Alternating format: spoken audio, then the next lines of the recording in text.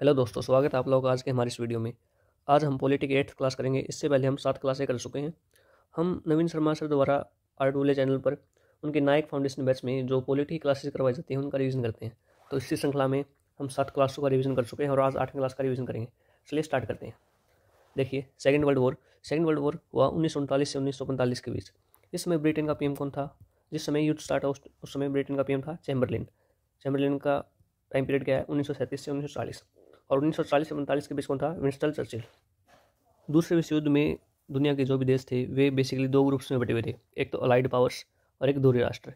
Allied powers में Britain और रूस जैसी कंट्रियाँ थी, इनके साथ यूएसए भी थी, और धुरी राष्ट्र में जर्मनी, जापान जैसे देश थे। और इस समय भारत में वाइसराय कौन था? भारत में वाइसराय था लिनलिथगो। लिनलिथगो का कार्यकाल कितना है? 1939 से 45 तक। 3 सितंबर 1939 को लिनलिथगो ने बिना ही भारतीयों की परमिशन के एक घोषणा कर दी कि सेकेंड वर्ल्ड वॉर में भारतीय हमारे साथ हैं। आप इस स्टेटमेंट को याद रखिएगा, ठीक है। अब चलिए बात करते हैं अगस्त प्रस्ताव। अगस्त प्रस्ताव कब पेश किया गया? 8 अगस्त 1940 को। अगस्त में पेश किया गया, इसलिए इसको अगस्त प्रस्ताव बोला जाता है। इसमें क्या क्या बातें की गई थी वो देखिए। गवर्नर जनरल की कार्यकारिणी में अधिक भारतीयों को शामिल किया जाएगा। जो गवर्नर जनरल की या वाइसराय की कार्यकारिणी होती थी उसमें कहा गया कि पहले से अधिक भारतीयों को शामिल किया जाएगा। दूसरी बात की गई, युद्ध की समाप्ति पर भारत में औपनिवेशिक स्वराज की स्थापना होगी। कि भाई आफ्टर जब युद्ध खत्म हो जाएगा उसके बाद भारत को डोमिनेंट स्टेट का दर्जा मिल जाएगा। पर ये वादा अंग्रेजों ने 1914-18 के बीच में पहला विश्व युद्ध उस दौरान भी किया था। पर भारत अब चाहती थी कि उसे पूर्ण स्वराज मिले। ये पूर्ण स्वराज की बात कहाँ मिलती है हमें? तो लाहौर अधिवेशन में नेहरू, जिसकी अध्यक्षता नेहरू ने की थी 1929 में, उसमें नेहरू ने क्या कहा था कि हमें पूर्ण स्वराज चाहिए। और अगस्त प्रस्ताव में क्या कहा गया? संविधान बनाना भारतीयों का अपना अधिकार होगा। अल्पसंख्यक के विचारों को भी ध्यान में रखा जाएगा, लेकिन इस शर्त को मुस्लिम लीग ने रिजेक्ट कर दिया था, क्योंकि इसमें स्पष्ट रूप से ये नहीं बताया गया था कि कौन से अल्पसंख्यक को विचारों का ध्यान रखा जाएगा। और कांग्रेस ने इस अगस्त प्रस्ताव को अस्वीकार कर दिया और अबुल कलाम आज़ाद ने इस पर डिस्कशन तक नहीं किया। अबुल कलाम आज़ाद उस समय कांग्रेस के अध्यक्ष हुआ करते थे और इन्होंने कहा कि हम भारत की आज़ादी से कम कोई भी समझौता नहीं करेंगे, ठीक है। और इसी पर टिप्पणी करते हुए नेहरू जी ने क्या कहा था? अगस्त प्रस्ताव को नेहरू जी ने दरवाजे पर जंग लगी कील के समान बताया है। ये अगस्त प्रस्ताव बेसिकली भारतीयों को सेकेंड वर्ल्ड वॉर में शामिल करने के लिए लाया गया था। ये ब्रिटिश सरकार चाहती थी कि भारतीयों को खुश करके सेकेंड वर्ल्ड वॉर में इनका सहयोग प्राप्त हो, पर भारतीयों को यह स्वीकार नहीं था। इसलिए अगस्त प्रस्ताव के विरोध में व्यक्तिगत सत्याग्रह हुआ। ये व्यक्तिगत सत्याग्रह कब हुआ? ये हुआ 17 अक्टूबर 1940 को। कहाँ स्टार्ट हुआ? ये हुआ पवनार आश्रम, महाराष्ट्र में। और इसके लिए सबसे पहले किसने आवाज़ उठाई? इसके खिलाफ आवाज़ उठाई पहले व्यक्ति कौन थे? आचार्य विनोबा भावे। और दूसरे व्यक्ति जवाहरलाल नेहरू। और तीसरे व्यक्ति ब्रह्मदत्त। तीसरे व्यक्ति के बारे में सीधा बीपीएससी में पूछा गया अभी, ठीक है, याद रखिएगा इन्हें। और ये आवाज़ उठाई थी, तो ये आवाज़ उठाना ये क्या था? राइट टू स्पीच, जो हमारे किस आर्टिकल में है आप बताइएगा? वो आर्टिकल है 19D में। अब देखो, जापान ने 7 दिसंबर 1941 को पर्ल हार्बर पर अटैक किया था। ये पर्ल हार्बर किसका नौसैनिक अड्डा था? ये था यूएसए का। और जापान ने इस पर 7 दिसंबर 1941 को आक्रमण किया। इसी बदले में 1939 में यूएसए ने जापान में परमाणु बम गिराए थे, ठीक है। और उस समय जो ब्रिटेन के प्रधानमंत्री उसने एक बात कही थी, भारतीय आज़ाद हो भी गए तो वो अपना देश नहीं चला पाएंगे। पर चर्चिल पर यूएसए के राष्ट्रपति रूजवेल्ट, चीन के राष्ट्रपति चियांग केई शेक और ऑस्ट्रेलिया के विदेश मंत्री इवोट ने दबाव बनाया। दबाव क्यों बनाया? क्योंकि उस समय सिंगापुर, इंडोनेशिया, यहाँ पर सुभाष चंद्र बोस के नेतृत्व में आज़ाद हिंद फौज भारत की तरफ बढ़ रही थी। और ये नहीं चाहते थे कि अगर एक बार आज़ाद हिंद फौज भारत की तरफ बढ़ गई और भारतीयों के साथ मिल गई तो वो उनको मालूम था ये ब्रिटेन का विरोध कर सकते हैं, और ब्रिटेन का विरोध यूएसए का विरोध होगा, क्योंकि यूएसए उस समय ब्रिटेन के साथ सेकेंड विश्व युद्ध में मिला हुआ था। तो ये देश नहीं चाहते थे कि ऐसा हो, इसीलिए इन्होंने चर्चिल पर दबाव बनाया। और इसी दबाव में फिर 11 मार्च 1942 को क्रिप्स मिशन की घोषणा हुई। और फिर 23 मार्च 1942 को स्टैफोर्ड क्रिप्स की अध्यक्षता में क्रिप्स मिशन कहाँ आया? सबसे पहले आया दिल्ली, याद रखिएगा। 24 मार्च गांधी जी से मुलाकात हुई और गांधी जी ने क्रिप्स मिशन की शर्तें देखते ही अंग्रेजों को क्या कहा कि प्रथम जहाज से वापस निकल लो। कांग्रेस के आधिकारिक वार्ताकार कौन थे इस पर? पंडित जवाहरलाल नेहरू और अबुल कलाम आज़ाद। और जो अगस्त प्रस्ताव का उद्देश्य था वही क्रिप्स मिशन का उद्देश्य था कि सेकेंड वर्ल्ड वॉर में भारतीयों का सहयोग लिया जाए। और इस अगस्त प्रस्ताव की क्या क्या मुख्य शर्तें थी, चलिए देखते हैं। इसमें कहा गया कि भारत संघ बनेगा। भारत संघ बनेगा, इसमें एक तो ब्रिटिश प्रांत थे। ब्रिटिश प्रांत कितने थे? 11। ठीक है। देशी रियासतें थी 500 प्लस। उनकी मर्जी होगी, चाहे तो वे शामिल हो चाहे ना शामिल हो। भारत संघ बनेगा, लेकिन इन रियासतों और प्रांतों की खुद की मर्जी होगी, वे शामिल होना हो। लेकिन ये तो अव्यवस्था हो जाएगी पूरी तरह से, क्योंकि इतना बड़ा देश और इतनी ज़्यादा रियासतें और प्रांत, अगर इनमें समन्वय ना होगा तो फिर क्या ही मतलब बनेगा ऐसी बात का। भारत को राष्ट्रमंडल और अन्य संगठनों में शामिल होने की आज़ादी होगी।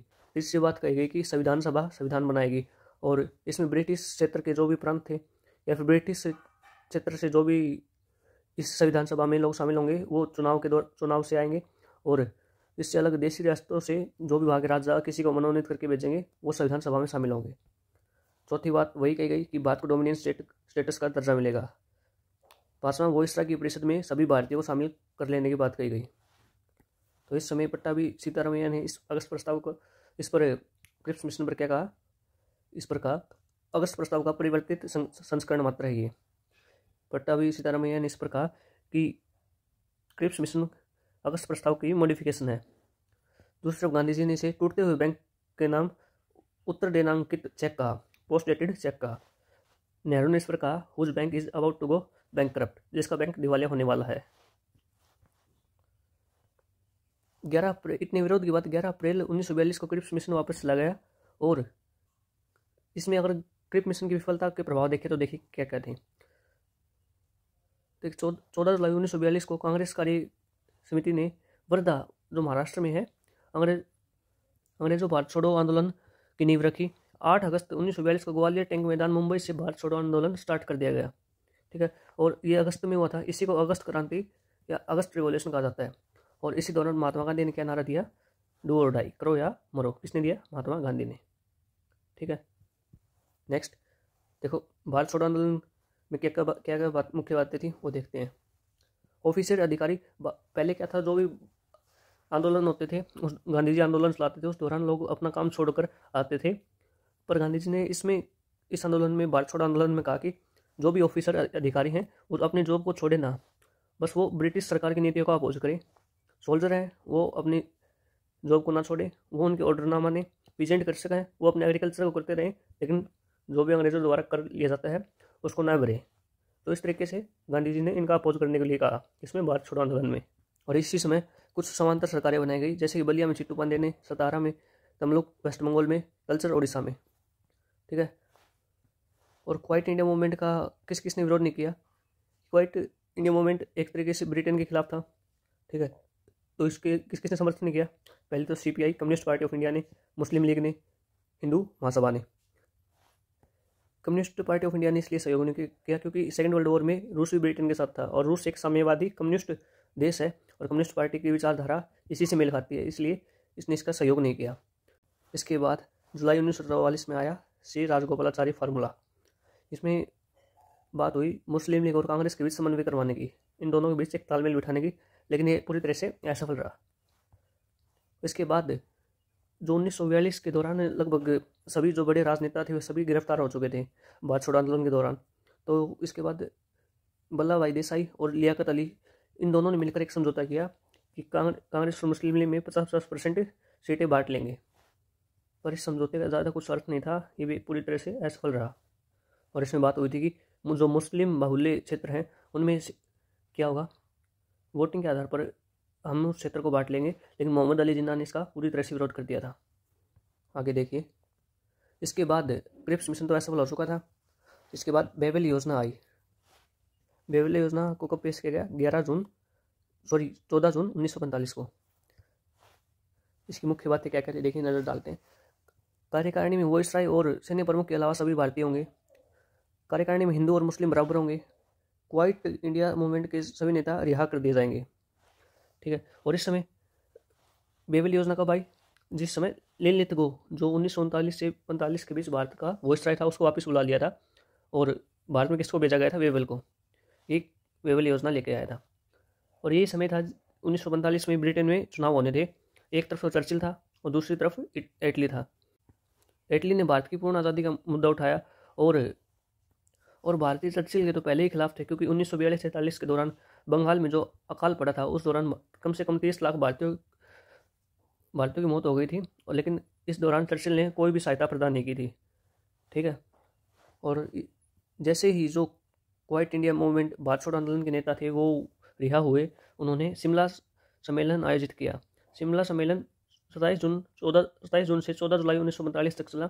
इसमें कांग्रेस की तरफ से प्रमुख थे अबुल कलाम आज़ाद, और मुस्लिम लीग की तरफ से एग्जीक्यूटिव में मुस्लिमों का चुनाव एमएल करेगी, मतलब जो भी चुनाव होगा उसमें कौन कौन मुस्लिम आगे जाएगा उसका चुनाव कौन करेगी, एमएल, मतलब सीधा ना मनोनीत कर दिया जाएगा। लेकिन कांग्रेस ने इस बात का पूरा विरोध किया।